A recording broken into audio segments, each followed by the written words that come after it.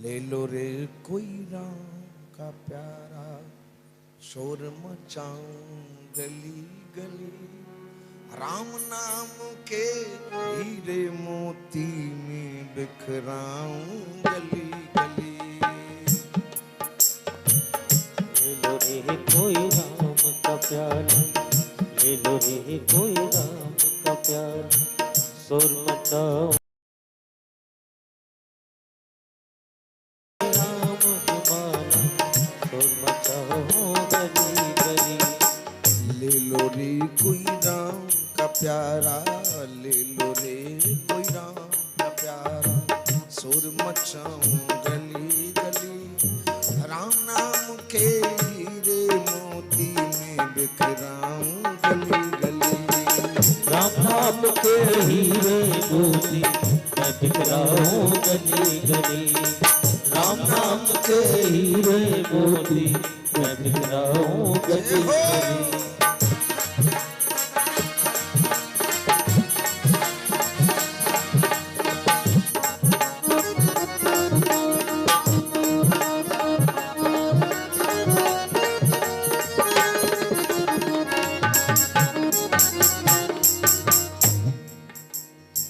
ये मोती मीरा ने लीने, ये मोती मीरा ने लीने, ये मोती सबरी ने लीने, ये मोती सबरी ने लीने, ये मोती सबरी ले लीने, ये मोती सबरी ने लीने, और बेसब्री से यूं रख लीने, बेसब्री से जो रख लीने। प्रभु लीला की सब भली भली, राम नाम के हीरे मोती में बिखराऊं गली गली। राम नाम के हीरे मोती मैं बिखराऊं गली गली, राम नाम के हीरे मोती मैं बिखराऊं गली गली। अरे ले लो रे कोई राम का प्यारा, ले लो रे कोई राम का प्यारा, राम का प्यारा, राम का प्यारा, राम का प्यारा,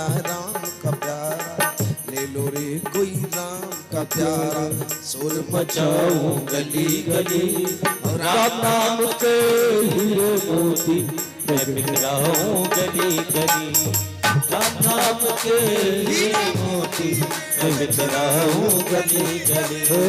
राम नाम के हीरे मोती मैं बिखराऊं गली गली।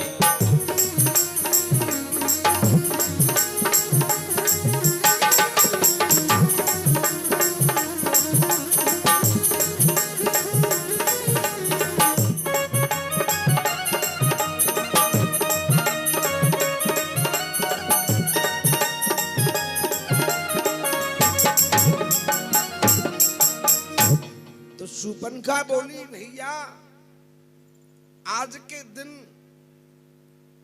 रक्षाबंधन के दिन हर भाई सुरक्षा का संकल्प लेता है, और आज रक्षाबंधन ही है, और आज के दिन आपने बजाय मेरी सुरक्षा के, तुमने तो मेरा सुहाग उजाड़ दिया।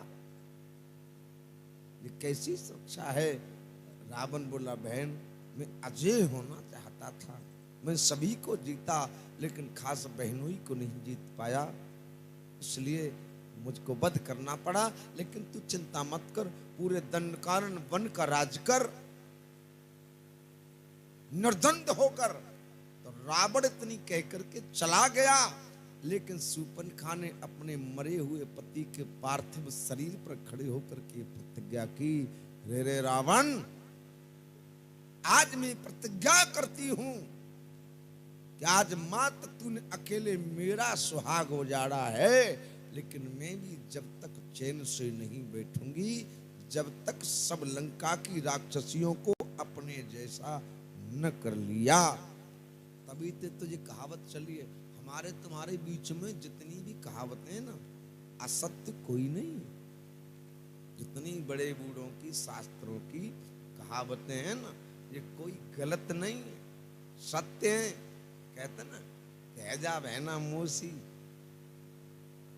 तो शूर्पणखा कह रही है, सब राक्षसियों को अपने जैसा न कर लिया, एक एक को बीन बीन करके न मरवाया, मुझसे भी शूर्पणखा कौन कहे। इसलिए प्रभु तुम्हारे समान कोई प्रतिज्ञा करने वाला पुरुष नहीं, आपने राक्षसों को मारने की प्रतिज्ञा की है, और मेरे समान कोई प्रतिज्ञा करने वाली स्त्री नहीं, क्योंकि मैंने राक्षसों को मरवाने की प्रतिज्ञा की है संत के नहीं। इसलिए शूर्पणखा भगवान से कह रही है, अरे तुम सम पुरुषन मो सम नारी।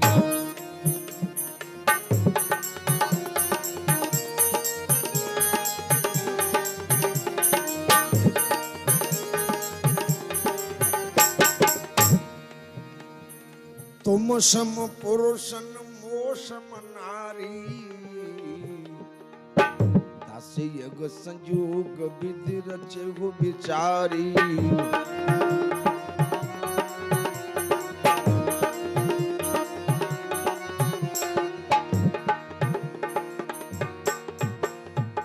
ये संतों का भाव है, क्योंकि संत हर किसी में अच्छाई देखते हैं, बुराई नहीं देखते।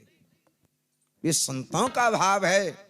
लेकिन साधारण भाव कि शूर्पणखा भगवान के पास आई और आते ही मुस्कुराई, और मुस्कुरा करके बोली, सीधे सीधे नहीं कहा कि तुम सम पुरुष मो सम नारी, सीधे सीधे। पहले तो आई कैसे, पहले जाने दूर से देखा राम और लक्ष्मण को, दूर से देख रही है तो राम और लक्ष्मण हैं सुंदर। अब जब पंचवटी पे आई तो जाकी उम्र है 900 साल, 900 साल की डुकरिया, बहुत बड़े बड़े बाल, विकराल भेष, बड़े बड़े दांत हैं, और काला सरू भयंकर। अब ये बोलिए सुंदर राजकुमार हैं, अगर इस रूप से हम जाएंगी तो बात बनेगी नहीं। अब हमें नकली सुंदर बनना चाहिए, और देखो नकली सुंदरता तो नकली ही होती है। तुम कितने लगा लो foundation cream, Fair and Lovely, Pond's powder, लेकिन ने को पसीना आ जा तो लेमना से उतर के धरती पे। जो बनावटी तो बनावटी है। अब तुम कह रहे हो कि जो पंडित तो खूब टप्पा मार रहे हो, हमारे यहाँ बैठे रहो 8 दिन आते, हम थोड़ी कह रहे हैं। इकरा विकराल भेष, लेकिन बनावटी सुंदर बन के आई है। अरे रुचिर रूप धरि प्रभु पई आई,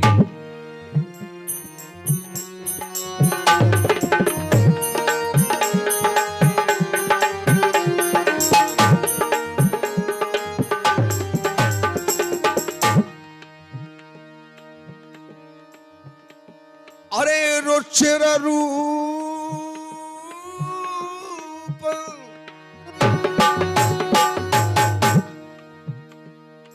रुचिर रूप धरि प्रभु पै आई, ये प्रभु पै आई, और बोली वचन, ये तो बोली वचन बहुत मुस्काई, बोली वचन।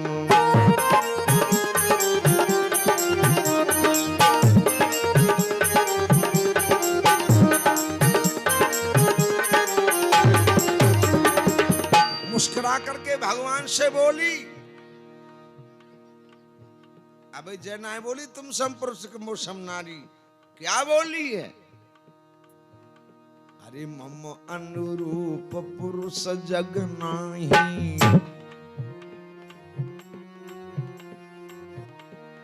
मम अनुरूप मेरे बराबर सुंदर, मम अनुरूप मेरे जैसा सुंदर, अरे मम अनुरूप पुरुष जग नाही। भगवान बोले कहां कहां देखो तुमने, जी बोली तीनों लोकन में देख लो, मम अनुरूप पुरुष जग नाही, मैंने देखे खोज लोकति हूँ माही।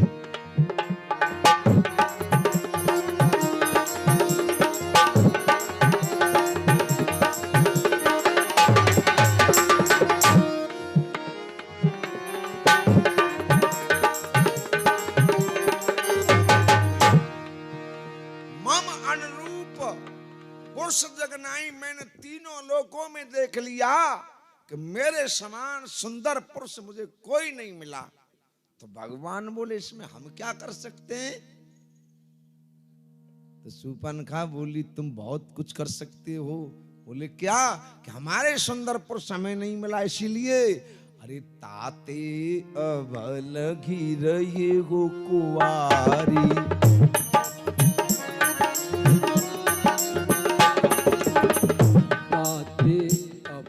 देखो कुमारी शब्द नहीं लिखा है, कुआरी, कुमारी नहीं कुआरी, कि हमें हमने जैसा सुंदर पुरुष नहीं मिला इसलिए अभी तक हम कुआरी, हमने ब्याह नहीं करो। बोल रही झूठ सरासर। पति मरवाए आई और कह रही है हम कुआरी। ताती अब लगी रखे हो कुआरी, लेकिन मन माना कछु तुम ही निहारी।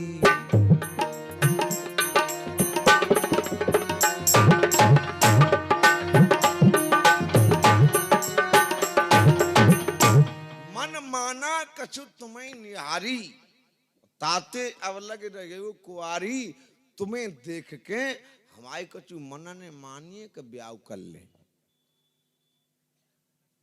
इसलिए तुम सम पुरुष, तुम्हारे समान सुंदर पुरुष और मेरे समान सुंदर स्त्री नहीं है। तुम सम पुरुष न मोर सम नारी, यह संयोग विधि रचे हो बिचारी।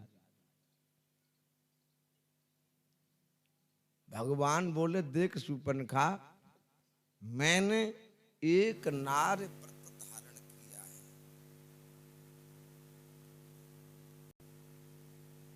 देखिए, जो नियम स्त्री पे लागू हैं, जिनाए के सब नियम इन्हीं बिचारी पे लागू हों परमेश्वरी न पे, उतने ही नियम परमेश्वरे न पे लागू हैं। राम को देखो, एक नार व्रत धारण किया है, हैं? पर स्त्री को कैसे देखते? जननी सम, माता के समान, जननी सम जानहो पर नारी, और धन पराओ विषते विष भारी। कहीं कहीं कथा करने हम जाते हैं तो कुछ लोग कहते हैं महाराज एक प्रार्थना हमारे घर है सुधार जाओ। कैसे? मैंने क्यों? कि न कह हमारी घरवारी ते न कह जाओ न सही चले। तुम्हें घरवारी तो सही चले, पहले न घरवारो तो सही चले, कि सब चीज घरवारी ही सही चले।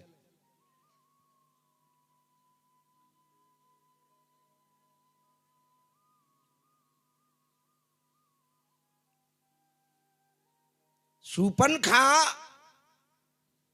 जब राम से कहा तो राम बोले सुनो, मैंने एक नारी व्रत धारण किया है और शूर्पणखा मेरा विवाह हो चुका है और मेरी भार्या धर्मपत्नी मेरे साथ में है। शूर्पणखा बोली कहाँ है? तो सीता जी कुटिया के दरवाजे में बैठी। राम ने सीता की तरफ देखो, देखो वो बैठी है। सीतहि चितई,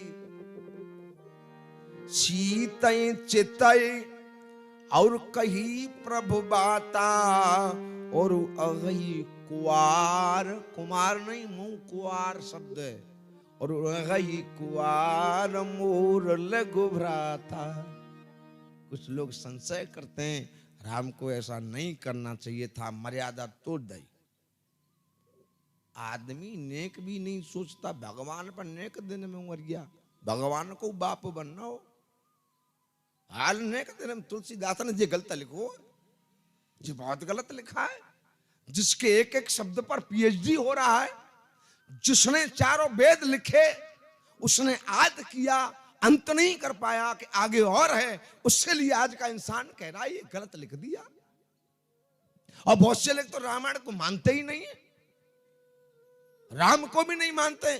चलो माना कि राम को मत मानो, लेकिन राम की तो मानो। राम मत मानो, राम की मानो। बोले राम ब्रह्म है ही नहीं, राम तो एक साधारण मनुष्य, एक राजा के लड़के थे, मानते ही नहीं। तुलसीदास जी कहते हैं चलो मेरे राम को मत मानो, लेकिन राम की तो मानो। राम ने श्रेष्ठ कार्य किए। वही कहे बोले तेरे दादा मर के कार्य चो नहीं कर रहे हो? बोले हम नहीं कर रहे। बोले क्यों? कि हम आर्य समाजी है। और कल दूसरे को दादा मत जाए, नौ तो आ जाए तो चार ने घर के संग लेके जाएगो खाइबे। अरे वाह, तेरो डोकरा मरेगो तो तू आर्य समाजी है, और दूसरे को मरेगो तो चार घर के बाहर छोरे ने लेकर जा रहे हो खाइबे कि नौ तो आओ। अरे राम आर्य माने क्या है पहले ये समझिए। आर्यवर्त हमारे देश को कहा जाता है, आर्यों की हम संतान है। आर्य माने श्रेष्ठ, और श्रेष्ठ तो हर किसी को होना चाहिए। और राम को ब्रह्म मत मानो, लेकिन श्रेष्ठ पुरुष तो मान सकते हो। अरे राम को मत मानो, लेकिन राम की तो मानो। राम की मानो, राम को मत मानो।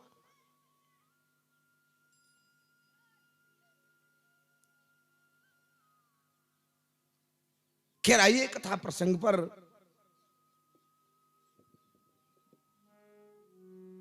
राम ब्रह्म देखिए, साकार और निराकार। रामायण में तुलसीदास ने एक दोहा में इतना कूट कूट करके भर दिया है। रामायण के बिल्कुल अंत में एक दोहा है, कभी इस पे गौर करना। कामी है नारी प्यारी जिम, लोभी के प्रिय दाम, तिम रघुनाथ निरंतर प्रिय लागहु मोहि राम। देखो ऊपर की लाइन में परमात्मा के प्रति संबंधित कोई भी शब्द नहीं लिखा। क्या लिखा? कामी है नारी प्यारी जिम। तो कोई भगवान का नाम तो ना जपंती में। लोभी के प्रिय दाम, जम कोई नाम ना है, लेकिन एक नीचे की लाइन में, एक ही लाइन में द्वय नाम लिख रहे हैं। तिमे रघुनाथ, रघुनाथ लिख दिया। निरंतर लगातार, प्रिय लागहु मोहि राम। रघुनाथ और राम दोनों लिख दिए। देखिए, अगर रघुनाथ और राम में अंतर है तो ठीक है, और अगर अंतर नहीं है तो व्याकरण के आधार पर कविता में शब्द दोष लगता है। अगर दोनों का अर्थ एक ही है तो एक ही पंक्ति में एक ही शब्द को पुनः प्रयोग किया जाए और उसका अर्थ एक ही हो तो शब्द दोष लगता है। और तुलसीदास जैसे महाकाव्यकार, इतने बड़े विद्वान कि जहां कंप्यूटर भी फेल। देखो, सबसे बड़ा हम और आप विज्ञान को मानते हैं, लेकिन जहां विज्ञान समाप्त वहां से रामायण शुरू, जहां विज्ञान खत्म वहां से रामायण को शुरू किया है। क्योंकि इसको लिखने वाला जो है वो साधारण वैज्ञानिक नहीं है, उसने विज्ञान से पीएचडी किया है। पीएचडी मीन्स शोधकर्ता, प्रकटकर्ता, बनाने वाला, प्रकट करने वाला। एक डिग्री होती है पीएचडी है अंग्रेजी में, और एक डिग्री होती है विशारद है। विशारद, विशारद जो डिग्री है वो पीएचडी के बराबर की डिग्री है। आपने देखा हो बहुत से वैद्य अपने क्लिनिक पर, अपने दवाखाने पर बोर्ड लगवा देते हैं, वैद्य विशारद। विशारद माने पीएचडी। विशारद जो डिग्री है वो पीएचडी के बराबर की डिग्री है। तो जिसने रामायण लिखी है वो वो विज्ञान से विशारद किए हुआ है, छोटा मोटा वैज्ञानिक नहीं, विज्ञान से विशारद किए हुआ है, विज्ञान से पीएचडी किया हुआ है। कौन है वो? अरे सब जानते हो तुम, तो कह रहे हो, कोई बोली ना रहो है ना, जाको मतलब तुम रामायण पढ़ता ही ना। वाल्मीकि विज्ञान विशारद, वाल्मीकि विज्ञान विशारद, वाल्मीकि, बड़ी आरती रामायण की। वाल्मीकि विज्ञान विशारद, जिसने विज्ञान से विशारद किया है। अरे उस दिन बिलारे बारे महाराज जी आए, उन्होंने भी कहा था कि वाल्मीकि ही तुलसीदास बन के आए। जिसने विज्ञान से विशारद किया है, विज्ञान से पीएचडी किया है, उसने तो रामायण को लिखा है। यानी जहां विज्ञान समाप्त वहां से रामायण शुरू। और हनुमान जी का छोटो मोटो वैज्ञानिक जानता तुम? अब तो कोर्स ही बदल गया। जब हमने हाई स्कूल किया तो भौतिक विज्ञान और रसायन विज्ञान, अब हो तो मालूम नहीं है, वैसे अब भी है। तो हनुमान जी भी छोटे मोटे वैज्ञानिक नहीं। तुलसीदास ने लिखा है, अरे राम रसायन तुम्हारे पासा,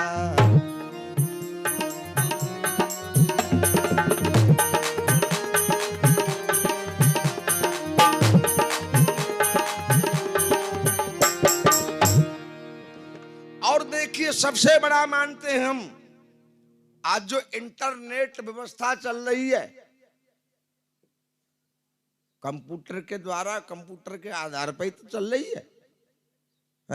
नेट सिस्टम बहु बगैर राम के ना चल लो। मोबाइल ले भी जाते हैं ना भैया, कितने रैम, अंग्रेजी में लिखोगे तो राम नहीं रैम लिखा जाएगा। और दूसरी बात, रामायण के सामने कंप्यूटर भी फेल है। उन्हें यहां पढ़े लिखे बैठे हो, काउंटिंग कर रही हूं, कर ले काउंटिंग कर रही हूं, कब कर ले। जिसने वेद लिखे ब्रह्मा ने, नेत नेत कही वेद पुराना। एक दिन रावण ने ब्रह्मा को बुलाया अपने घर कि तुमसे बड़ा राइटर दुनिया में नहीं कोई, लिखने वाला, तुमने वेद लिखे। ब्रह्मा बोले हमें क्या करना है? कि तुम्हें जनगणना करनी है लंका की, राक्षस जाति गिनो, कितने हो गया मेरा परिवार। तो ब्रह्मा ने गिनती शुरू की। 1 रजिस्टर भरो, 10 रजिस्टर भरे, 20 भरे, 50 भरे, 1000, लाख, करोड़, 10 करोड़, शंख पदम और डॉट डॉट, जाने कितने बड़े बड़े रजिस्टर भर गए।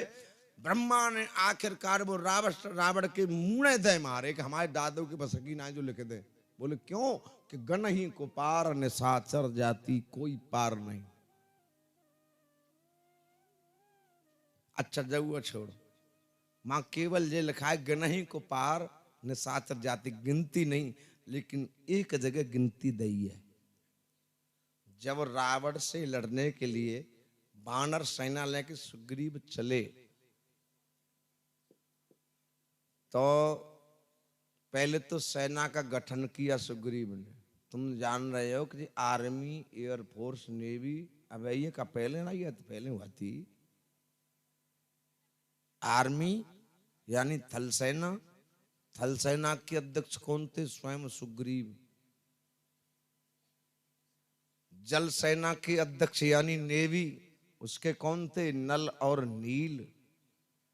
और एयरफोर्स यानी वायुसेना के अध्यक्ष स्वयं वीर बजरंगबली।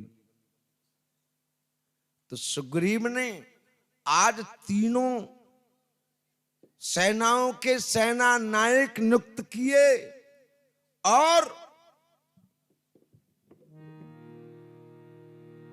देखो, और सेनापति भी नियुक्त किए। तो तुलसीदास जी सेनापतियों की गिनती तो दे रहे हैं, लेकिन सेना की गिनती नहीं दे रहे हैं। यूथ माने मुख्य, यूथ माने मुख्य, यानी सेनापति, मुख्य सेनापति नियुक्त किए, और एक एक सेनापति के संग में तुम 100 सैनिक मान ले, तो कंप्यूटर की भी मेमोरी फेल होने गिनती कर रही हूं, गिनती कर रही हूं। ये पूछे बारे तो नहीं मिले कि रावण की छोई की देवती की नानी के चोरा को नाम बता, लेकिन पढ़े लिखे हुए बैठे होंगे कंप्यूटर बारे, गिनती कर रही हूं कल तक। कल तक छोड़ो, खुशी की बात, 4 अप्रैल से कलू में राम कथा है। इसी जो अप्रैल आने वाला है, 4 अप्रैल से कलू में राम कथा है, तो 4 अप्रैल तक गिनती कर रही हूं। यूथमा ने मुख्य सेनापति नियुक्त किए, और एक एक सेनापति के संग में 100 सैनिक मान ले, तो सेना की गिनती कितनी होगी और कितने सेनापति हैं? रामायण में चौपाई है, अरे पदम 18 यूथप बंदर,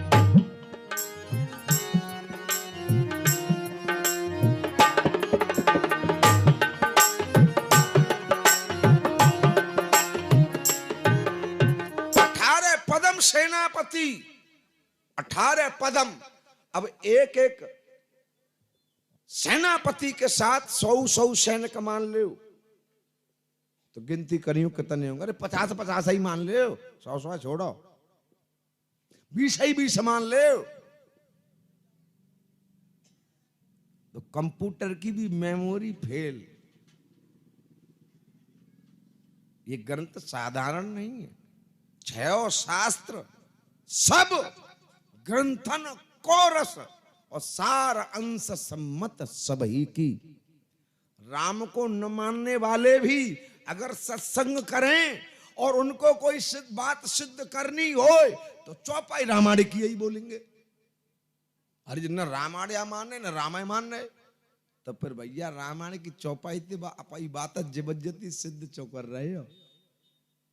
तो मेरे कहने का भाव ये है, जो अंत में दोहा लिखा है ना, कि ऊपर की लाइन में कोई भी भगवान से संबंधित नाम नहीं है, केवल इतना है, काम है नारे प्यारे जिम लोभी के प्रिय दाम, और तिम रघुनाथ निरंतर प्रिय लागह मोहि राम। रघुनाथ और राम दोनों एक ही लाइन में लिख दिए। अब रघुनाथ में राम में क्या अंतर है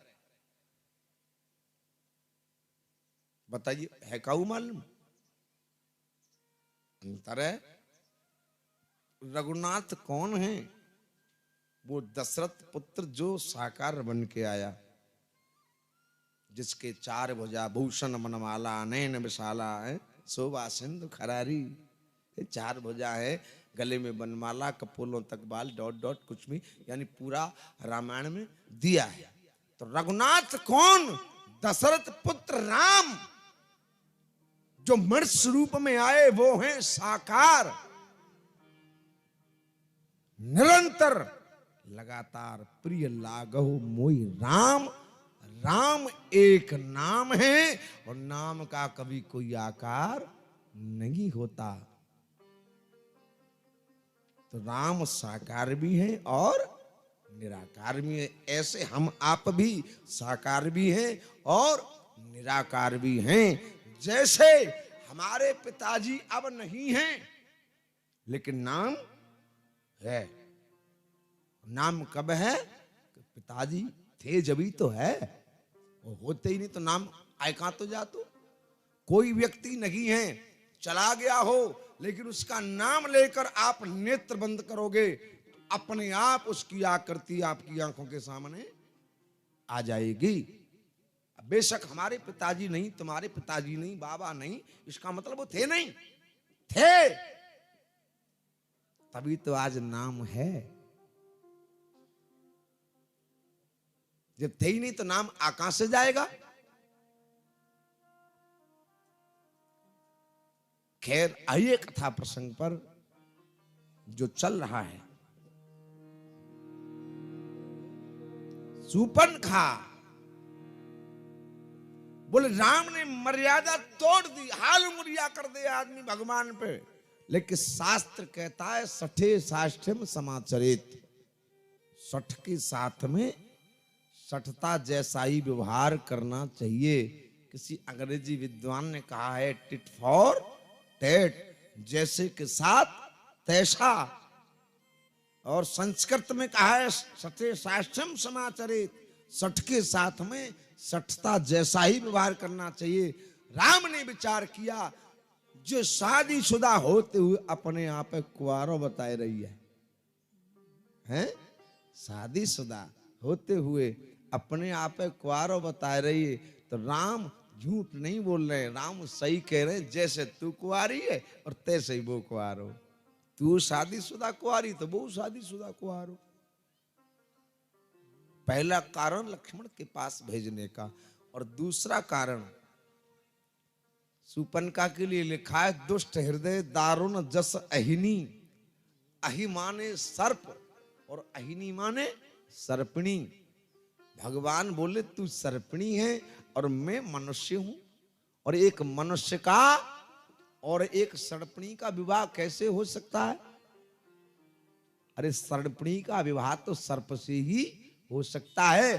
तू सर्पिणी है और वित्त में वो करिया नाग शेषावतार है, शेष है, तो सर्पिणी है तो तू सर्प के ही पास जा, मैं तेरा कुछ हो सकता है, हम तो मनुष्य रूप धारण करके आए, इसलिए तू लक्ष्मण के पास जा। जो लक्ष्मण के पास पहुंच गई, और जैसे ही लक्ष्मण के पास पहुंची तो लक्ष्मण से बोली, हे लक्ष्मण सुनो। बोले क्या? कि हमको नहीं नीका लगा। लक्ष्मण बोले क्या? कि हमको नहीं नीका लगा रंग राम का श्याम, हम तो तुमको ही बरे लखन वीर बलधाम। हमें तुम्हारे भाई का रंग अच्छा नहीं लगा, कलर वो ब्लैक सामरे काले रंग के, हम तो तुमको ही बरे लखन वीर बलधाम, हम तो तुमसे ही विवाह करेंगी। लक्ष्मण जान गए मेरे भैया मेरी परीक्षा लेना चाहते हैं। कौन सी परीक्षा? लक्ष्मण क्यों आए वन में? चलो आज हम ये देखेंगे कौन श्रोता मन से कथा सुन रहा है। लक्ष्मण क्यों आए वन में? 9 दिन आते सुन रहे हो, बताओ। एक दिन आना, 10 भूत हम कह चुके कथा में। लक्ष्मण वन में क्यों आए? अरे कल नहीं सुनी, कल सुनी होगी। अरे नींद नारी भोजन परिहरही,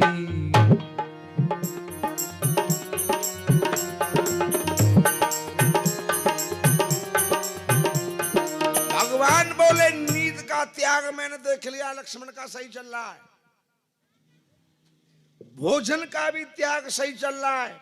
नींद का क्यों सही चल रहा है? कि उर्मिला ने संकल्प ले लिया। भोजन का ठीक क्यों चल रहा है? कि जब ताड़का को मारा तो विश्वामित्र ने दोनों भाइयों को बला नाम की विद्या ग्रहण कराई। तो दोनों भाइयों ने पूछा कि हे गुरुदेव ये विद्या किस काम के लिए, कम इसका प्रयोग करें? तो विश्वामित्र ने कहा जब तुम्हें भूख प्यास सताए तब इस विद्या का प्रयोग करना, तुम्हारे पास भूख प्यास भटके की भी नहीं। तो राम कह रहे नींद का त्याग सही चल रहा है, भोजन का भी त्याग सही चल रहा है, लेकिन स्त्री का त्याग तो देखें लक्ष्मण का चल रहा है या नहीं चल रहा है। इसलिए शूर्पणखा को लक्ष्मण के पास भेज दिया कि जा। तो लक्ष्मण जान गए कि मेरे भैया मेरी परीक्षा ले रहे हैं। तो लक्ष्मण तुरंत शूर्पणखा से बोले देख विवाह तो हम तुझसे कर लेते, कोई बुराई नहीं, हम क्या बुराई है? अरे हमारे बाप ने तो 3 करे, कोई बुराई नहीं, हम कर लेते। लेकिन शूर्पणखा बोली लेकिन क्या? लेकिन ये कि सबसे पहले तू राम के पास गई, अगर सीधे सीधे हमारे पास आती तो शायद हम कुछ सोचते ब्याह के बारे में, लेकिन तू पहले राम के पास गई। बोले हाँ। तो हमने तुझे समझी कि शायद तेरे और भैया राम के विवाह की बात फाइनल। बोले तो कि मैंने तुझे उसी समय भाभी स्वीकार कर लिया जब राम के सामने खड़ी थी। और शूर्पणखा देख, हमारे यहाँ शास्त्रों के अनुसार भाभी माँ के समान होती है। और शास्त्र ये भी कहता है तुम किसी भी स्त्री को एक बार माँ बना सकते हो, लेकिन उसको दोबारा माता से स्त्री नहीं बना सकते।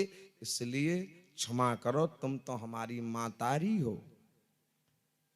शूर्पणखा बोली है गो ब्याह जी, तो अम्मा कह रहा हूं, है गो ब्याह। लौट के फिर राम को जोरे आई गई। बोले कहो काबो को, वो तो अम्मा कह रहा हूं, मम्मी। राम समझ गए इसका मतलब मेरे भाई का त्याग साधना बिल्कुल ठीक चल रही है। अब राम बोले कि शूर्पणखा तू हमारे सामने खड़ी खड़ी गिड़गड़ाती रहती, रोते रहती, तो हम कछु विचार करते अगर लक्ष्मण के पास न जाती तो। लेकिन तू तो लक्ष्मण के जोरे चली गई। बोले तो क्या आएगा कि जब तू लक्ष्मण से बात कर रही थी तो हमने तो समझी शायद लक्ष्मण ब्याह के लिए राजी आ गए, तो मैंने उसी समय तुझे अपने छोटे भाई की घरवाली स्वीकार कर लिया। और शूर्पणखा हमारी यहाँ छोटे भाई की घरवाली बेटी के बराबर होती है। और शास्त्र कहता है तुम किसी भी स्त्री को एक बार बेटी बना सकते हो, लेकिन दोबारा बेटी से स्त्री उसको नहीं बना सकते। शूर्पणखा बोली है गो धरे जो, एक अम्मा कह रहो दूसरो बिटिया कह रहो, है गो ब्याह। शूर्पणखा एक साथ क्रोध में आई। अब वो बनावटी सुंदरता सब त्याग दई, लाली लिपस्टिक मेहंदी सब वो असली रूप में बड़े बड़े बाल हो। शूर्पणखा बोली विवाह तो मेरा हो गया होता, ये सीता बीच में कांटों बनी बैठी है, पहले जाए सलटाओ। तो एक साथ विकराल रूप धारण किया और सीता के ऊपर झपटी। राम ने संकेत लक्ष्मण की तरफ किया, लक्ष्मण संकेत में ही समझ गए। तुरंत लक्ष्मण आगे बढ़ के आए और शूर्पणखा से बोले तो विवाह करेगी। शूर्पणखा बोली ब्याह करे तो हम आई ही आती। तो शूर्पणखा बोले देख विवाह तो हम तुझसे कर लेंगे, पर हमारे यहाँ जो तुम्हारे यहाँ विवाह होता है ऐसे नहीं होता। कैसे होता है कि हमारे यहाँ वैदिक रीति से, वैदिक पद्धति से, वेद मंत्रों के द्वारा पाणी ग्रहण संस्कार होता है। शूर्पणखा बोली तुम्हारे यहाँ जैसे हो तो होए, हम तैयार हैं, वैसे ही करो। तो लक्ष्मण बोले देख हमारे यहाँ जब विवाह होता है ना वैदिक पद्धति से, तो सबसे पहले कन्या हो या लड़का हो या लड़की हो, तो विवाह होता है तो सबसे पहले बांधी जाती है मोहरी। बांधी जाते कि ना बांधी जाते? कब बांधी जाते बताइए? यानी खाओ नहीं मालूम, सब वैसे ही आई बिना ब्याह के। अर्र है और तुम्हारा काऊ को ना ब्याह भाव तुम आए हो, सब वैसे ही ले आए। अरे घूरो खाओ ना पूजो, घूरो पूजो ना पूजो, तो मोहरी बांधी जाते कि ना बांधी जाते?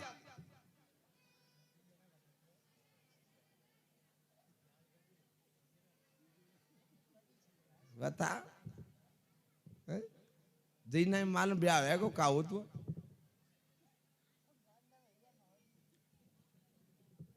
बड़े घूरो पूजते तो सबसे पहले मोहरी बांधी जाते कि नहीं बांधी जाते?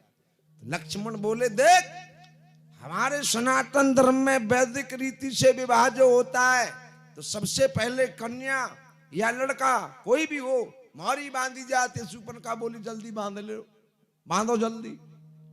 लक्ष्मण ने खोल फेंटा, जाकी आंखें बांधी हिर के कांगे जगदीश भैया ना तक आज प्योर मठा चल लो तो ना यहाँ तो रोज कहते मठा मिला मठा मिला। उनने कही महाराज कल कथा आधे दिन ना होगी, आज हमारे मन की कर दो। अब देखो जजमान तो होता ही है भैया, सुननी करनी तो पड़ेगी। लेकिन मठऊ दृष्टांत यानी सटीक बैठे, जिनायक कहूं की बात हो, कहूं को दृष्टांत हो।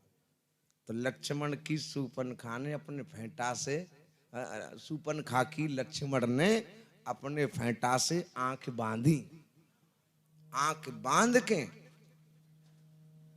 और धनुष की जो प्रत्यंचा होते ना रस्सी, धनुष की प्रत्यंचा जाकी नाक पे धरी और रिगड़बे को नंबर लगाओ। सूपनखा बोली जे क्या कर रहे हो? लक्ष्मण बोले ब्याह ना करने का। तो बोली तो कर ले, कर ले। ठाड़ी ठाड़ी कटवाए रही है, ठाड़ी ठाड़ी अपने आप कटवाए रही है। तो पहले तो लक्ष्मण ने जाकी नाक काटी। क्यों काटी? देखिए वासना को जब तक आप अपमानित नहीं करोगे, दंडित नहीं करोगे, जब तक वो दूर होने वाली नहीं है। तो लक्ष्मण बोले आज हमारे पास आई, आज ऐसो लाइसेंस दे दो, अगर 20 हजार का हुआ घूस पचड़ के दे तब जाते कोई ब्याह न करे, ऐसो लाइसेंस दे दो। लक्ष्मण ने पहले तो जाकी नाक काटी, और जाके कान काटे, और ठाड़ी ठाड़ी कटवाउत रही नशा में। अब कछु देर बाद कोई आदमी जाए पर तो हाल ही ना मालूम पत्ते हमारी चोट लगी है, घंटन बाद मालूम पत्ते को घोटू टूट गयो। तो ठाड़ी ठाड़ी नशा में कटवाउत रही, लेकिन कछु देर बाद वन नेक नेक मच्चसी लगी, और जान टटोए के देखो तो कछु हो तो हाथ में आवे, मां पद्दा की पद्दा साफ हो। अब जी रोई, अरे नाक कान बिनु भई बिकरारा,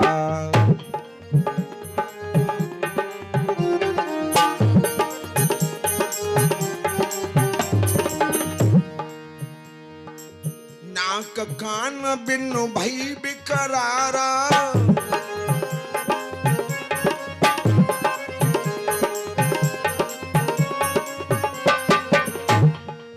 नाक कान बिनु भई बिकरारा, और जनु सर्व सैल के रुकई धारा।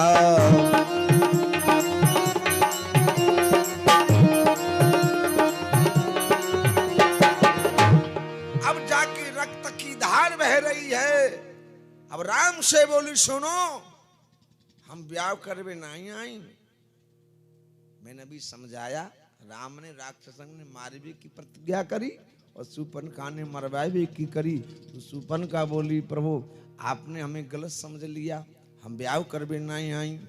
बोले तो कि आपने राक्षसों को मारने की प्रतिज्ञा करी है, तो हमने राक्षसों को मरवाने की प्रतिज्ञा करी है, अब तुम तैयार है जाओ।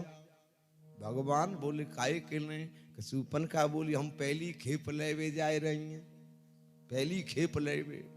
और पहली खेप लेवे कहाँ पहुंची कि जब तो खरदूषण पे गई बिल पाता,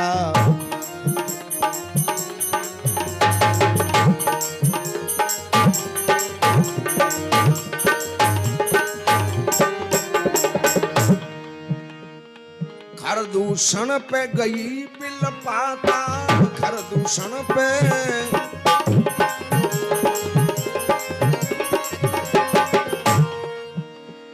खरदूषण पे गई बिल पाता, और धिग दिगवल, अरे धिग दिगवल पौरुष बल भ्राता, धिग दिगवल।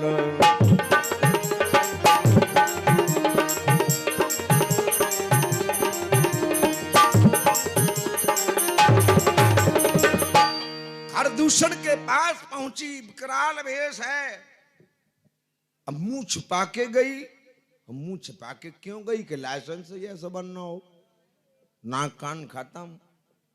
अब दरवाजे पर ठाड़ी मुंह छुपाए के खरदूषण के दरवाजे पे, और खड़ी खड़ी रोए रही।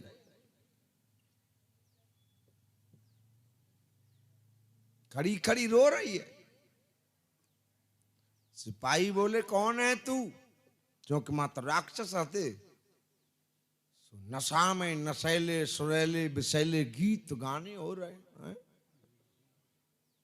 डांस चल लो डांस, जाकी कोई न सुने। जो जोर जोर से रोई। एक सिपाही बोला तू कौन है, परिचय दे।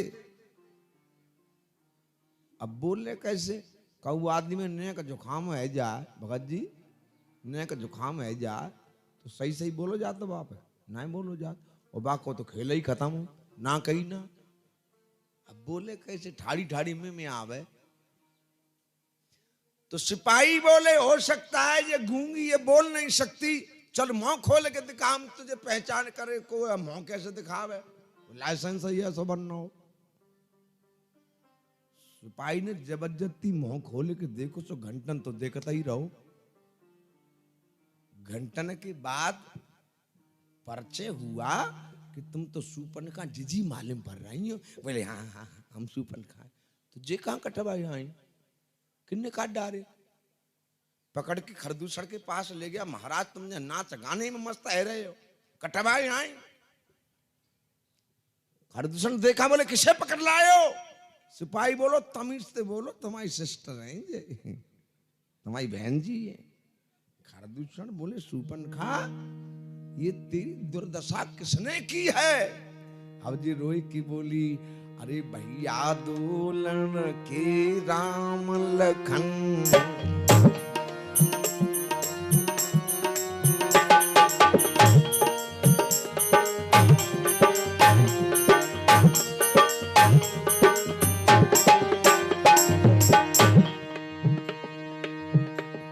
भैया दोलन के राम लखन, इस दंडक वन में आए हैं, इस दंडक वन में आए हैं, इस दंडक वन में आए हैं, इस दंडक वन में आए हैं। भैया बे तो अपने संग में सीता सी नारी लाए हैं।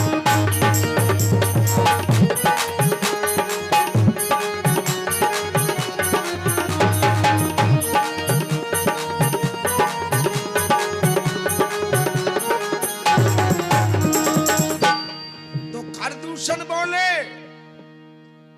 एक बात बता,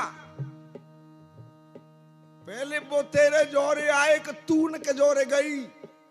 राक्षस बोलो सो तो जय गई, जय गई ज गई। तो खरदूषण बोले क्यों गई वहां थी सूपन खा, क्या काम पड़ा था जाने का, क्या काम पड़ा था जाने का, क्या काम पड़ा था जाने का, क्या काम पड़ा था जाने का। कोई तो कारण ही होगा लड़कों से नाक कटाने का, कोई तो कारण ही होगा लड़कों से नाक कटाने का, कोई भी कारण तो होगा लड़कों से नाक कटाने का। क्यों गई वहां तू, क्या काम था तेरा जाने का।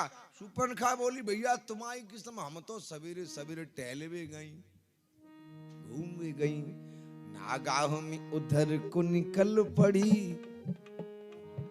उस नारी से मिलना चाहा, उस छोटे तपसी लक्ष्मण ने मेरे संग छल करना चाहा।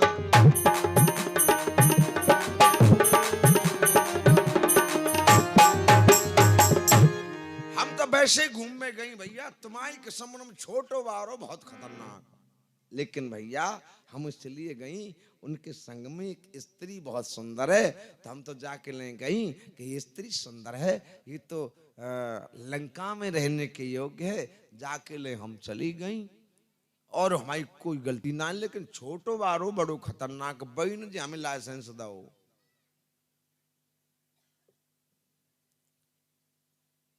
अब रावण बोला कि जा तू सुसैन वैद्य के यहाँ जा, डॉक्टर के यहाँ मलम पट्टी करा, चूरन चटनी चाटे, गोली कैप्सूल खा, ठीक है, हम प्लास्टिक सर्जरी करवाए देंगे।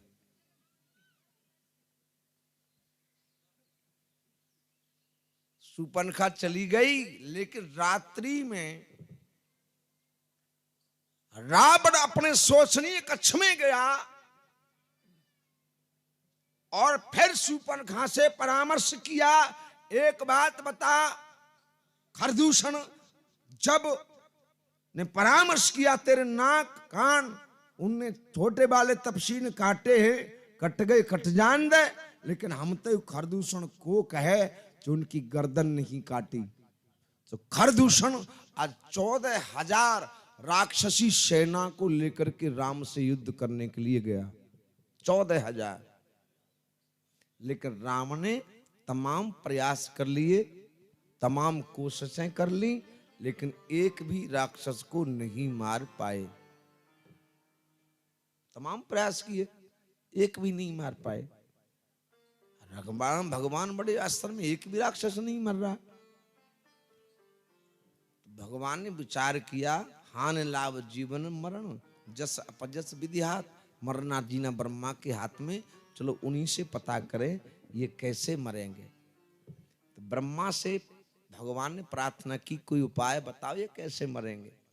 ब्रह्मा बोले, प्रभु सुनो, जैसे रावण ने, कुंभकर्ण ने, विभीषण ने और एक लंकिनी जो दरवाजे पर पहरेदार थी उसने और खरदूषण ने, इस सबने एक साथ तपस्या की ब्रह्मा की। सबने अलग अलग वरदान मांगे। खरदूषण ने भी वरदान मांगा कि हमें अमर कर दो। ब्रह्मा बोले, मैं खुद अमर नहीं तो तुझे अमर कहां से कर दूं, कोई न कोई जरिया बनाना पड़ेगा। लेकिन खरदूषण बोले, नहीं, अमर करना पड़ेगा। तो ब्रह्मा बोले, जाओ आज से तुम अमर हो, दुनिया में तुम्हें कोई नहीं मार पाएगा, लेकिन जिस दिन तुम आपस में लड़ जाओगे तो तुम्हें कोई बचा नहीं पाएगा। तो सब बोले, हम आपस में लड़ेंगे ही नहीं।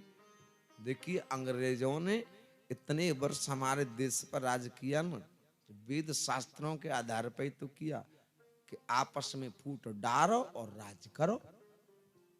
यही वरदान ब्रह्मा ने खरदूषण को दिया कि तुम आपसी फूट के कारण ही मर सकते हो, अन्यथा दुनिया में तुम्हें कोई मारने वाला नहीं है। और आप लोग भी समझ जाओ, अगर तुम्हें कोई भाई भाई के प्रति गुस्सा रहा है तो समझ लो तुम्हारा पक्का दुश्मन है। तो घर में फूट डालने की कोशिश करे, समझ लो तुम्हारा पक्का दुश्मन, तुम्हारा वो है तैसी नहीं। अब भगवान बोले कि हम इनको आपस में कैसे लड़ाएं। तो भगवान राम ने एक युक्ति से काम किया। पहले तो एक बाण ऐसा छोड़ा कि उसकी तेज इतनी गर्जना हुई, इतनी तेज हुई, उस आवाज से सब राक्षस काननते बहरे। कोई आवाज तेज है जा तो हम और आप कह दे, बोले भैया हम तो बहरे है गए। इतनी तेज आवाज भाई कि 14,000 राक्षस आपस में काननते बहरे। और बहरे आदमी की लीला तो तुम जानते ही हो। अरे राम राम सा, अरे बदन ने हम अभी ना बेच रहे। और एक बाण ऐसा छोड़ा कि सब राक्षसन की शकल रामाकार भयगो क्षण माही।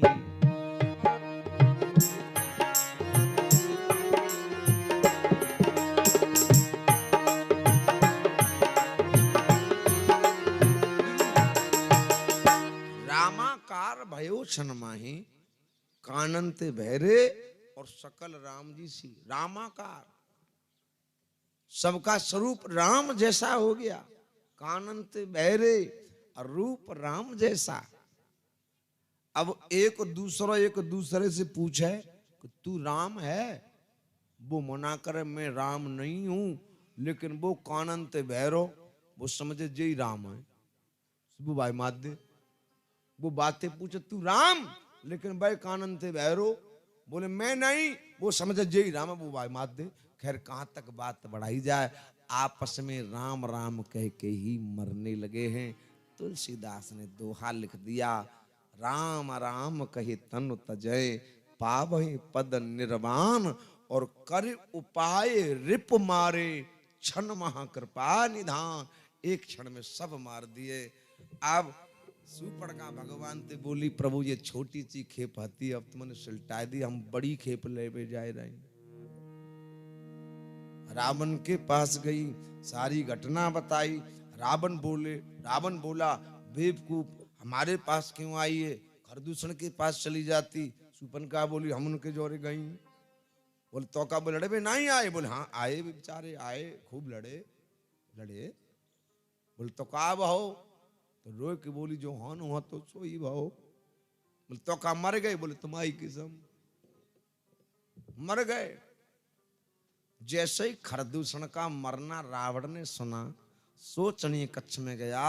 बोले इसका मतलब ये है कि हमारी मृत्यु भी अब निकट आ गई, क्योंकि खरदूषण मोसम बलवंता तिन्हीं को मारहे बिन भगवंता।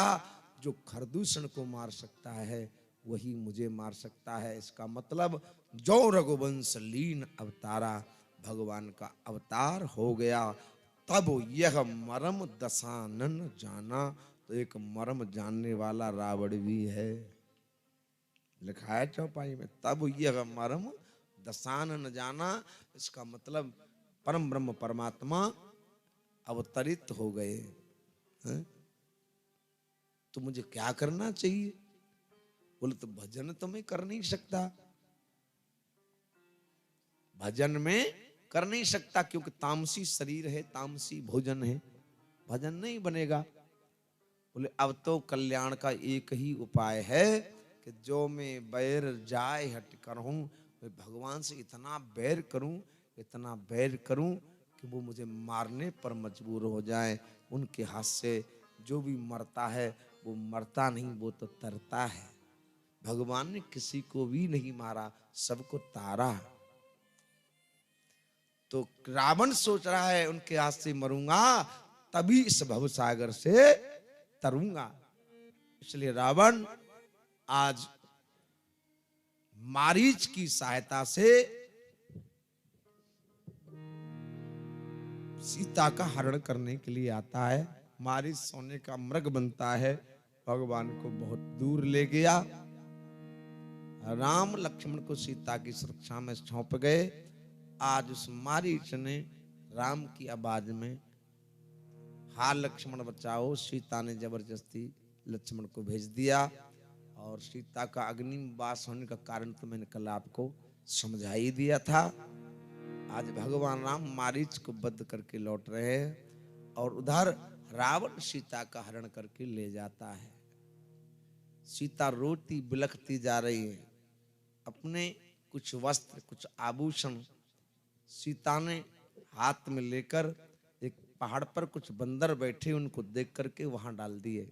गिर पर बैठे कपिन निहारी और तन्हे देख दीने पट डारी। सुग्रीव ने उनको संभाल के रख लिया। रोती जा रही, हाय कोई बचाओ। आकाश मार्ग में उड़ता हुआ गीध, उसने जब एक स्त्री के रोने की आवाज सुनी, दौड़ करके आया और सीता से क्या बोला, सीते पुत्री। सीता को पुत्री कहा गीध ने। क्यों कहा? पुत्री इसलिए कहा कि वास्तव में देखा जाए तो सीता गीध की ही पुत्र वधू है। कुछ संतों के मतानुसार, कुछ संत विद्वानों के मुखारबिंद से ऐसा सुना है।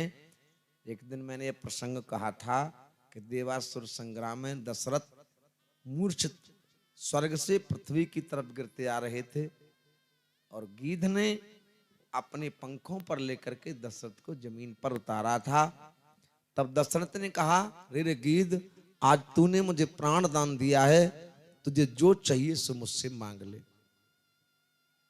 जो चाहिए सो मांग ले। तो बोले आप देना ही चाहते हो तो ऐसा करो, अपने ज्येष्ठ पुत्र को मुझे गोद दे दो। तब कोई संतान नहीं थी। दशरथ ने कहा चलो मैंने ज्येष्ठ पुत्र में गोद दिया। इसलिए तो दशरथ राम को कहीं जाने नहीं देते हैं। ये राम किसी की मेरे पास धरोहर है, अगर ये चला गया तो जिसकी धरोहर है उसके पास पहुंच जाएगी, और पहुंच गई तो मेरा अधिकार समाप्त हो जाएगा, और अधिकार यदि समाप्त हो गया तो दशरथ जिंदा नहीं रह पाएगा। क्योंकि मणि बिन फने जिम जल बिन मीना, और मम जीवन रघुनाथ अधीना, मेरा जीवन राम के अधीन है। तो आज वही रावण सीता की रक्षा के लिए रावण के सामने खड़ा है। गीत भी ऐसा वैसा योद्धा नहीं। रावण को ये लगा कि मेरे प्राण निकलने वाले कहीं से बिल्कुल अभी मुझे मारा, ये महसूस हुआ। क्योंकि मारे से चोंच बिगाड़े से देही, सारे शरीर को लहू लुहान कर दिया। रावण मूर्छित तक हो गया। तब उसने अपने चंद्रहास तलवार से गीध का एक पंख काट दिया। देखिए, हर जीव के पंख मानी पक्ष, पक्ष और पंख एक ही बात है। हर जीव के दो पक्ष होते हैं, हर जीव के, चाहे वो किसी भी योनि में हो। 84 लाख योनि कही गई हैं, किसी भी योनि में हो, हर जीव के दो पक्ष होते हैं। एक सांसारिक पक्ष होता है और एक ईश्वरीय पक्ष होता है। जब तक हमारा तुम्हारा सांसारिक पक्ष जुड़ा है और ईश्वरीय पक्ष कटा है तो परमात्मा की प्राप्ति नहीं होगी। और जिस दिन ये सांसारिक पक्ष कट जाएगा और ईश्वरीय पक्ष जुड़ जाएगा तो भगवान को प्राप्त होने में देर होने वाली नहीं। तो आज रावण ने उस गीध का सांसारिक पक्ष काट दिया, लेकिन ईश्वरीय पक्ष गीध का जुड़ गया। जब पंख कट गया तो गीध पृथ्वी पर पड़ा पड़ा बिलखने लगा और सीता से हाथ जोड़ करके कह रहा है, बेटी अब तू मुझे क्षमा कर दे, मैं तेरी रक्षा करने के योग्य नहीं रहा। और भगवान जब लौट के आए तो आश्रम देख जानकी ही न,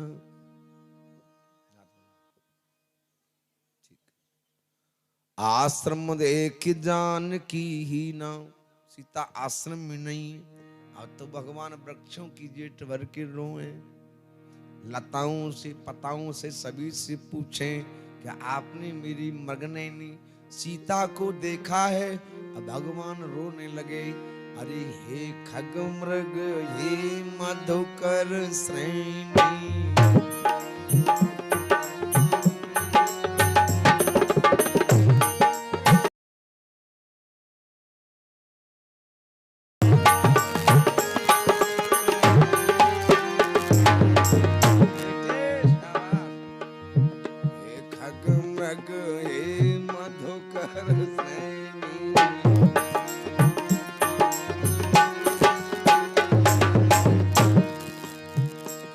खग मृग हे मधुकर श्रेणी, क्या तुम देखी सीता मृग नैनी।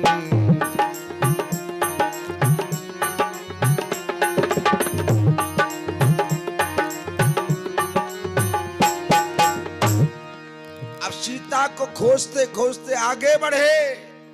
क्या देखा भगवान ने? आगे पड़ा गीधपति देखा, आगे गीध पड़ा है, राम राम राम राम मुंह से कह रहा है। भगवान गए और जटायु को गोदी में लिया। आज जटायु के घावों को भगवान अपनी जटाओं से साफ कर रहे हैं। जटायु के घाव हैं, जटाओं से झारे, जटाओं से साफ कर रहे। आज गीध के दुख को देखकर भगवान भी रो रहे हैं। जब रोए तो भगवान की आंखों से आंसू गीध के ऊपर गिरे तो गीध और तड़प जाता है। क्यों?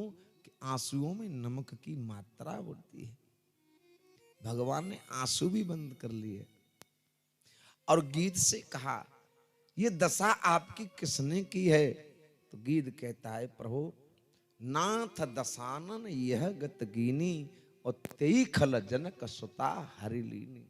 वही दुष्ट सीता को हरण करके ले गया है, ये दुर्दशा उसी ने मेरी की है।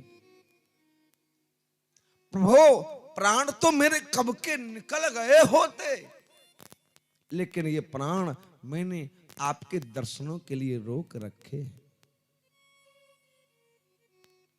अहो भाग्य मेरे जो मुझे आपके दर्शन हुए।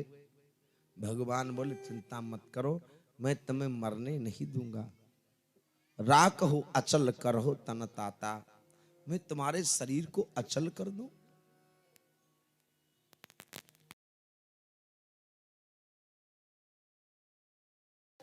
बड़ा सुंदर प्रसंग है।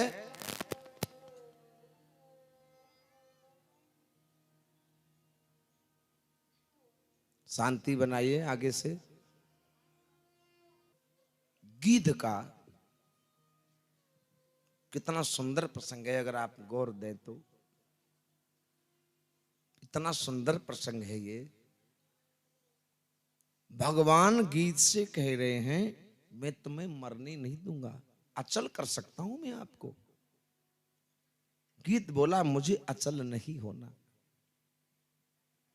बोले तो आज मुझे कुछ मांग लो। गीत बोला, क्या देंगे आप मुझे? लक्ष्मण बराबर में खड़े, तू जानता नहीं है ये त्रिलोकी नाथ हैं। कह रहा है क्या देंगे? तीनों लोकों का सुख है इनके चरणों में है, जो मांग ले जो चाहिए सो। गीत बोला, इनका था वो सब कुछ, तीनों लोकों का सुख इनका था लक्ष्मण, वो अब इनका नहीं, वो सब मेरा है। लक्ष्मण बोले, तेरा कैसे हो गया? बोले, हाँ हो गया लक्ष्मण। बोले क्यों? कि बताओ इस वक्त मैं कहां हूं?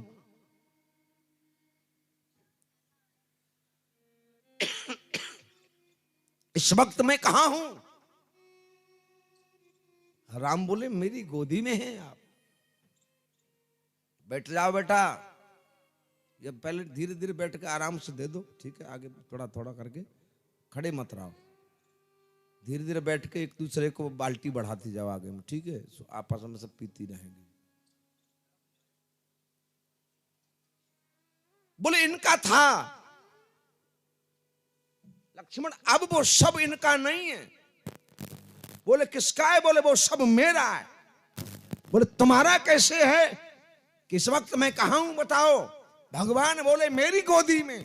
तो प्रभु आप बताओ, कोई किसी को यदि गोद ले ले, यानी आपने मुझे अपनी गोद ले लिया है ना, कोई किसी को गोद ले ले तो संपत्ति किसकी होती है? जिसको गोद लेता है।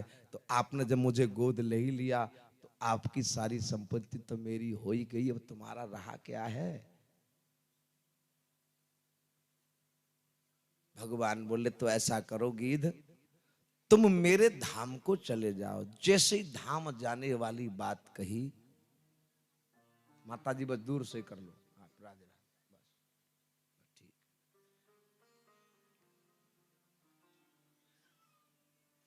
भगवान ने जब कहा तुम मेरे धाम को चले जाओ, तो गीध बहुत रोया है कि प्रभु मुझे मालूम नहीं था कि आप मजाक भी कर लेते हो। बोले क्यों? कि मैं एक आमिष भोगी, एक मांस भक्षण करने वाला पक्षी हूं। आपके धाम में मुझे कौन चला जाने देगा? कोई भी नहीं जाने देगा।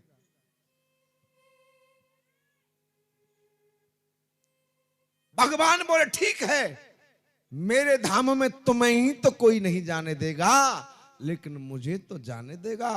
इतनी बड़ी कृपा मेरे ठाकुर जी ने आज तक किसी भी अवतार में, किसी भी समय, किसी भी शास्त्र, किसी वेद में ये नहीं लिखा कि इतनी बड़ी कृपा राम ने जो गीत पर की, इतनी बड़ी कृपा परमात्मा ने आज तक किसी और भक्त पे की हो। क्यों? ऐसा क्यों? कितनी बड़ी कृपा की है। भगवान कह रहे मेरे धाम में तुझे कोई नहीं जाने देगा, लेकिन मुझे तो जाने देगा। गीध बोला तुम्हें कौन रोक सकता है, तुम्हारा तो वो धाम है ही। तो भगवान कह रहे हैं अरे गीध, तू गीध बन के मेरे धाम को मत जा, राम बन के मेरे धाम को जा। आज भगवान राम ने उस गीध को राम ही बना दिया। तो बताओ, परमात्मा आज तक किसी को बनाया है, लेकिन राम ने आज उस गीध को राम बना करके अपने धाम को भेजा। गीध देह तज धरि हरि रूपा, गीध देह तज, गीध का शरीर त्याग दिया, जो भगवान का स्वरूप है वही रूप धारण करके आज गीध भगवान के धाम को जा रहा है। इतनी बड़ी कृपा क्यों की एक मांस खाने वाले पक्षी पर? उसका कारण केवल एक है। कभी गौर करके आप देखें इतनी बड़ी कृपा क्यों है। देखिए, रामायण का सबसे छोटा पात्र गीध, जो मरे हुए पशु का मांस खाता है, इससे सब छोटा पात्र कोई हो सकता है? भगत जी, रामायण में गीध से छोटा पात्र कोई है जो एक मांस खाने वाला, वो भी मरे हुए पशु का? और भागवत और महाभारत का सबसे बड़ा पात्र,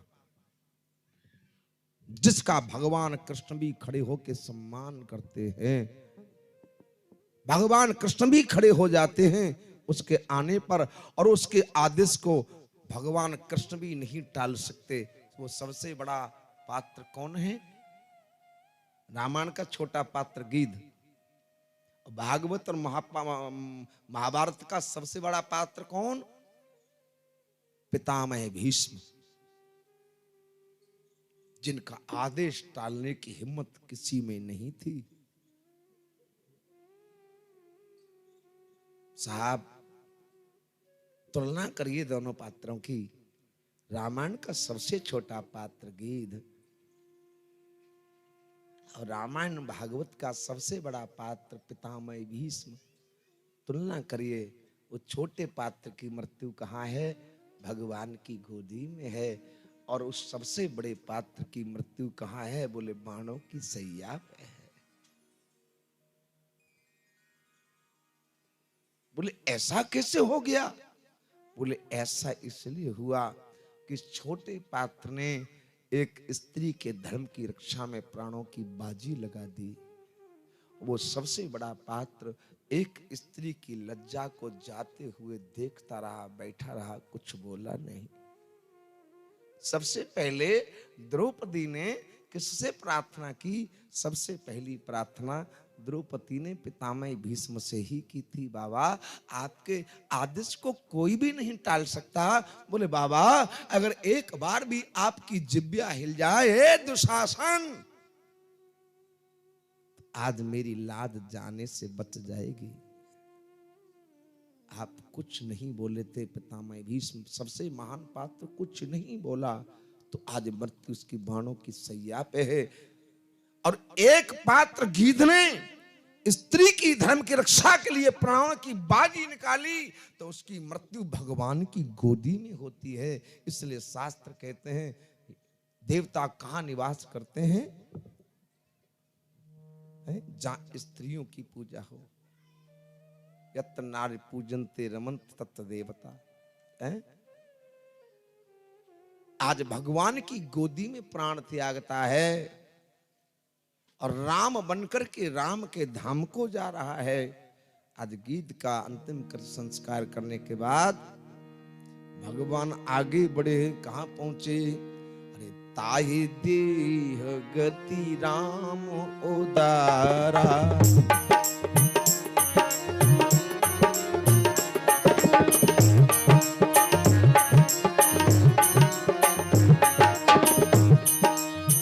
ताहि देह गति राम उदारा, ताहि राम उदारा, ताहि देह गति राम उदारा, सबरी के आश्रम पगुधारा, सबरी के आश्रम पगुधारा, सबरी के आश्रम पगुराए। सबरी परी चरण लपटाई, सबरी परी चरण लपटाई। आज भगवान सबरी के आश्रम में पहुंचे और सबरी आज बेसब्री से भगवान के आने का इंतजार करती है। और संध्या को भगवान नहीं आती तो बैठ करके रोती है और कहती है, परमात्मा शायद आज मुझ पर कोई भूल हो गई है, कोई गलती हो गई, कोई अपराध बन गया, इसलिए आप नहीं आए। सबरी देखिए कोई साधारण स्त्री नहीं है, एक राजा की कन्या है और बड़ी सुंदर थी। एक दिन सबरी ने देखा जो सबरी के जो पिता है ना, तमाम पशुओं को मार मार कट के इकट्ठा कर रहे हैं, एक गोदाम भर दिया। सबरी अपनी मां से पूछती है, मैया ये मेरे पिता ने निर्दोष पशुओं को क्यों मारा है, वो मार मार के इनको क्यों इकट्ठा कर रहे हैं। सबरी की मां बोली, बेटा तेरा विवाह होगा और तेरे विवाह में जो अतिथि आएंगे उनके भोजन की व्यवस्था की जा रही है। सबरी ने विचार किया, अभी तो मेरा विवाह हुआ नहीं, तब इतनी निर्दोष हत्याएं हुई हैं, अगर मेरा विवाह हो गया तो न जाने क्या होगा। सबरी रो करके अपनी मां से बोली, मैया मैं विवाह नहीं करूंगी। सबरी की मां बोली, नहीं बेटी, ये माँ बाप का धर्म है, बेटी को अविवाहित घर नहीं रख सकती, विवाह करना पड़ता है। कि मैं विवाह नहीं करूंगी, चाहे मुझे जहर खा करके प्राण त्यागने पड़े। मैं विष खाई मरूंगी मैयारी, सुन मेरी मैया, अरे मैं विष खाई मरूंगी मैयारी में ब्याह ना करूंगी।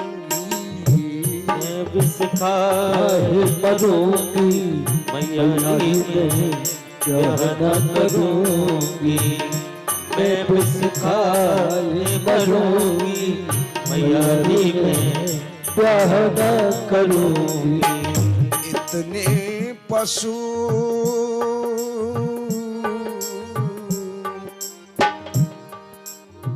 इतने पशु पिता ने मारे, इतने पशु पिता ने मारे, इतने पशु पिता ने मारे। ते तनु तजी सुर लोक सिधारे, तन तजी सुर लोक सिधारे। तन तजी सुर लोक सिधारे। कुआ में कूद पड़ूंगी मैयारी में ब्याह न करूंगी। कुआ में कूद पड़ूंगी मैयारी में ब्याह न करूंगी। मैं विष खाए मरूंगी मैयारी में ब्याह न करूंगी। मैं विष खाए मरूंगी मैयारी में ब्याह न करूंगी। सबरी रोने लगी, बिलखने लगी, मैं विवाह नहीं करूंगी। माँ ने कहा नहीं, विवाह करना पड़ेगा। सबरी बोली, ऐसे बात नहीं बनने वाली। एक दिन रात्रि में सभी सो रहे हैं और सबरी सभी को सोता हुआ घर छोड़ करके चली गई और जाकर के बड़े निर्जन घोर जंगल में जाकर के छुप गई। और इतने दिन छुपी रही, इतने दिन छुपी रही कि जवानी पैसे और उस पर वृद्धा अवस्था आ गई। और वाल्मीकि जी ने तो यहां तक कहा है कि इतनी वृद्ध हो गई, इतने दिन छुपी रही, इतनी वृद्ध हो गई कि इसके बालों में पक्षियों ने अपने घर तक बना लिए घोंसले। विकराल भेष रहा। एक दिन जब वृद्ध हो गई तो डरते डरते जंगल से बाहर निकल के आई। जब बाहर निकल के आए मेरे भाई बहन, तो इसने देखा कि बाहर एक संत का आश्रम है और उन संत का नाम है मतंग ऋषि।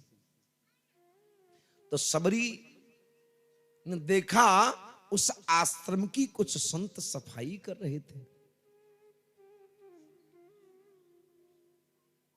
दूसरे दिन सबरी ने क्या किया कि उन सभी संतों से पहले जगी और पहले जगकर और उसके आश्रम की सफाई करके यों की तो जंगल में जाके छुप गई। उस दिन मतंग ऋषि जगे और जग करके बड़े आश्रम में सभी शिष्यों से बोले, क्यों आज क्या कारण है? सारा आश्रम सुगंधित हो रहा है, आज किसने सफाई की है आश्रम की? अब सभी संत बोले, हमने नहीं की, हमने नहीं की, हमने नहीं की। बोले तो आश्रम की सफाई कर कौन गया, कौन कर गया? अब सभी विचार करने लगे, हमने नहीं देखा, हमने नहीं देखा। दूसरे दिन सभी संत बोले, चलो आज सारी रात हम छुप करके बैठेंगे और देखेंगे इस आश्रम की सफाई कौन करके गया है। दूसरे दिन सबरी फिर ब्रह्म मुहूर्त में जगी और जग करके रोती जा रही है भाव में, और रो करके झाड़ू लगाती जा रही है। तब तक सभी संत आ गए और आकर के सबरी को चारों तरफ घेर करके खड़े हो गए। जैसे ही खड़े हुए तो सभी संत दौड़ करके मतंग ऋषि के पास गए। बोले, महाराज अब हम इस आश्रम में नहीं रहेंगे। क्यों नहीं रहोगे? बोले, आश्रम अपवित्र हो गया। बोले, क्यों अपवित्र हो गया? कि इस आश्रम में आज एक इतनी भयंकर भेष इस आश्रम में स्त्री ने प्रवेश कर दिया है, अब ये आश्रम अपवित्र हो गया।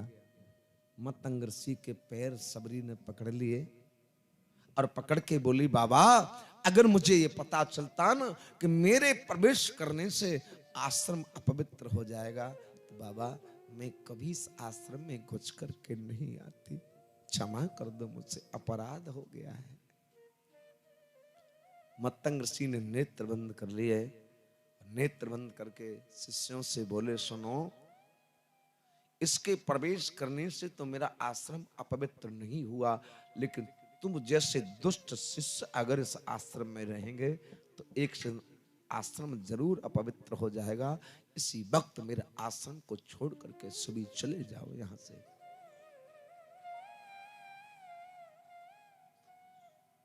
सभी संत जब जाने लगे तो उस आश्रम में एक तालाब था। उस तालाब में बहुत निर्मल सुंदर जल था। उसी में सभी संत स्नान करते, जलपान करते। तो सभी संत बोले, जा तो रहे ही है, चलो थोड़ा जल ग्रहण कर लें। तो एक संत ने जैसे ही जल हाथ में लिया तो क्या देखा, उसने जल की जगह उसके हाथ में कीड़े मकोड़े बिलबिलाने लगे। तुरंत दौड़ के गया मतंग ऋषि के पास कि तुम्हें भरोसा नहीं है, आश्रम अपवित्र नहीं हुआ, अब तुम्हें भरोसा होगा।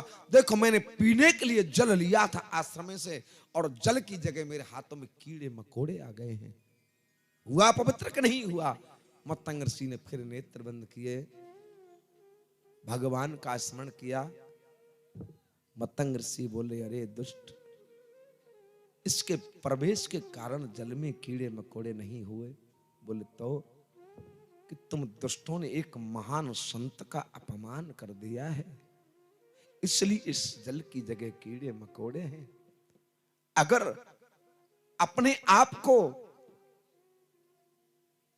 इस पाप से मुक्त करना चाहते हो तो जाओ, सबरी को उस तालाब में ले जाओ, इससे क्षमा मांगो और इसको उस तालाब में स्नान कराओ, तो जल शुद्ध निर्मल पावन पवित्र यों की त्यों हो जाएगा।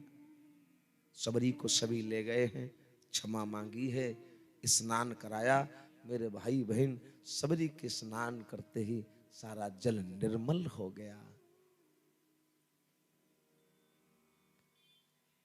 एक दिन बारी बारी से सारा आश्रम खाली होगा, सभी संत चले गए, लेकिन मतंग ऋषि और सबरी उस आश्रम में ही है। एक दिन मतंग ऋषि का अंतिम समय आया। सबरी से बोले, बेटी तुझसे एक निवेदन करूं? बोले हाँ। कि देख, मेरे आश्रम में आने से तू धन्य नहीं हुई, लेकिन मेरे आश्रम में आने से मैं धन्य हो गया। बोले क्यों? कि मैं देख रहा हूं तू यहां से इस जगह को छोड़ करके जाना मत। बोले क्यों? कि दुनिया तो स्वयं चल करके परमात्मा के दर्शन करने जाती है, लेकिन सबरी आज अंतिम समय ये संत तुझे आत्माओं से आशीर्वाद दे करके जा रहा है कि एक दिन वो परमात्मा स्वयं चल करके तुझे यहीं दर्शन देने के लिए आएगा, तो तेरा तो कल्याण बेटी होगा सो होगा, तेरे साथ साथ इस आश्रम का और मेरा भी कल्याण हो जाएगा। आज एक संत आशीर्वाद दे करके चला गया। याद रखना मेरे भाई बहन, जिसको संत आशीर्वाद दे करके जाता है उसका तो जीवन ही बदल जाता है। उसी दिन से सबरी रोती रहती है।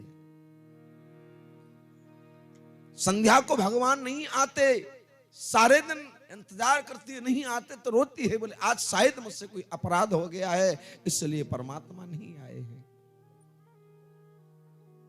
रो करके कहती है कि बोल बोल मनवा, बोल बोल मनवा मेरे राम कब आवेंगे। बोल बोल मनवा मेरे राम कब आवेंगे। बोल बोल मनवा मेरे राम कब आएंगे। बोल बोल मनवा, बोल बोल मनवा मेरे राम कब आवेंगे। बोल बोल मनवा मेरे राम कब आवेंगे। इस दुखिया के, हाँ इस दुखिया के भी भाग जाग जावेंगे। बोल बोल मनवा राम कब आवेंगे। बोल बोल मनवा,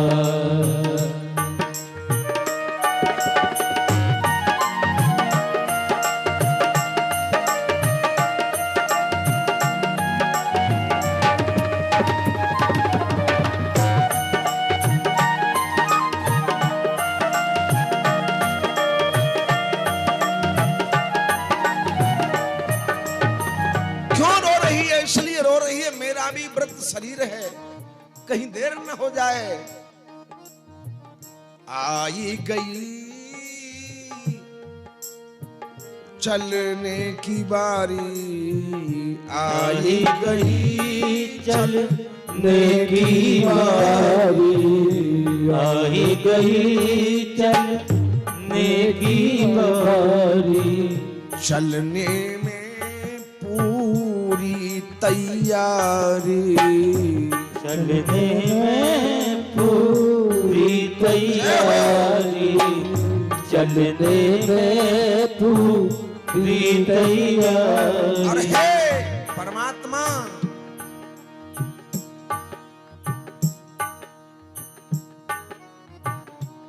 एक संत मुझे वरदान दे करके आशीर्वाद दे करके गया है,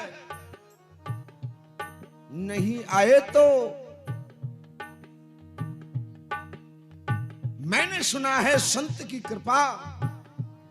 भगवान है क्या संतन के महिमा रघुराई। संतों की महिमा ही भगवान है। परमात्मा मैं नहीं चाहती कि अगर आप ना आए तो उस संत के भी जो वरदान दे करके गया है, उस संत के भी वो वाक्य मिट जाएंगे। बोल बोल मनवा मेरे राम कब आएंगे, बोल बोल बनवा मेरे, राम कब आएंगे, बोल बोल बनवा। राम कब आवेंगे, राम कब आवेंगे, राम कब आवेंगे, बोल बोल मनवा मेरे, राम कब आवेंगे, बोल बोल मनवा। एक दिन सबरी के इंतजार की घड़ियां समाप्त हो गईं। घड़ियां समाप्त हुई, क्या देखा सामने से, श्यामल गौर किशोर दो भाई, सामले रंग के राम जी, गौर बन के लखनलाल जी, दोनों सामने से चले आ रहे हैं। आज सबरी ने दूर से देखा तो वो सबरी बेसब्री से दौड़ी और दौड़ करके पहुंची। पहले नेत्र बंद करके सबरी ने अपने हृदय में झांका और हृदय में झांक करके देखा जो झांकी मेरे हृदय के अंदर है वो साक्षात मेरे सामने खड़ी है। तो एक साथ भाव में भूल गई। और मेरे भाई बहन जानते हो कि सबरी ने भगवान को क्या समर्पण किया। कोई धन दौलत समर्पण करता है, कोई मेवा मिष्ठान समर्पित करता है, कोई फल फूल समर्पित करता है, लेकिन भाई बहन सबरी ने भगवान के चरणों में क्या चढ़ाया। बोली प्रभु मैंने सुना है संसार में सबसे प्रिय चीज भगवान को देनी चाहिए। और सबसे प्रिय चीज क्या है? आप सभी विद्वान जानते हैं सबसे प्रिय क्या बता रहे हैं बाबा? सबसे प्रिय इस दुनिया में देह प्राण ते प्रिय कछु नहीं। सबरी बोली अरे नाथ सकल संपदा तुम्हारी, अगर कोई वस्तु में आपको प्रदान करूं तो क्या है? तो सब है ही आपकी। तो सबरी ने भगवान के चरणों में क्या चढ़ाया? सबरी परी।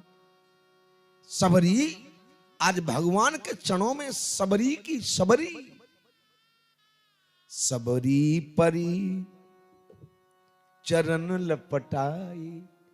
आज सबरी सबरी की सबरी भगवान के चरणों में चढ़ गई। बोलिए भक्त भगवान की संपूर्ण समर्पित कर दिया अपने आप को भगवान के चरणों में और भगवान को लेकर के कुटिया में आई है। और देखिए भाव में भूल गई। पहले से भगवान के लिए आसन लगा रखा है, लेकिन भाव में ऐसी भूली आसन उठा करके फेंक दिया और बोली यहां बैठ जाओ। भगवान बड़े भाव से बैठ गए। बोली प्रभु अभी रुको ना। दौड़ करके गई और जंगल में गई। तुलसीदास जी तो लिख रहे हैं कंद मूल फल सरस अति दी, राम को आन कंद मूल फल लाई है। लेकिन कुछ संतों का मत है कि सबरी एक पात्र में बेर चुन चुन करके लाई है। एक बेर उठाया भगवान के मुंह की तरफ बढ़ाया, लेकिन रुक गई। बोले कहीं ऐसा न हो धोखे से कोई कड़वा या खट्टा चला जाए, भगवान को बेस्वाद लगे, ऐसा नहीं होने दूंगी। बोले तो क्या करूं? तो पहले उसने स्वयं खाया है और स्वयं खा करके जब मीठा होता है तो भगवान के मुंह में देती है। आज भगवान बड़े भाव से खा रहे हैं। कड़वा खट्टा होता है तो फेंक देती है।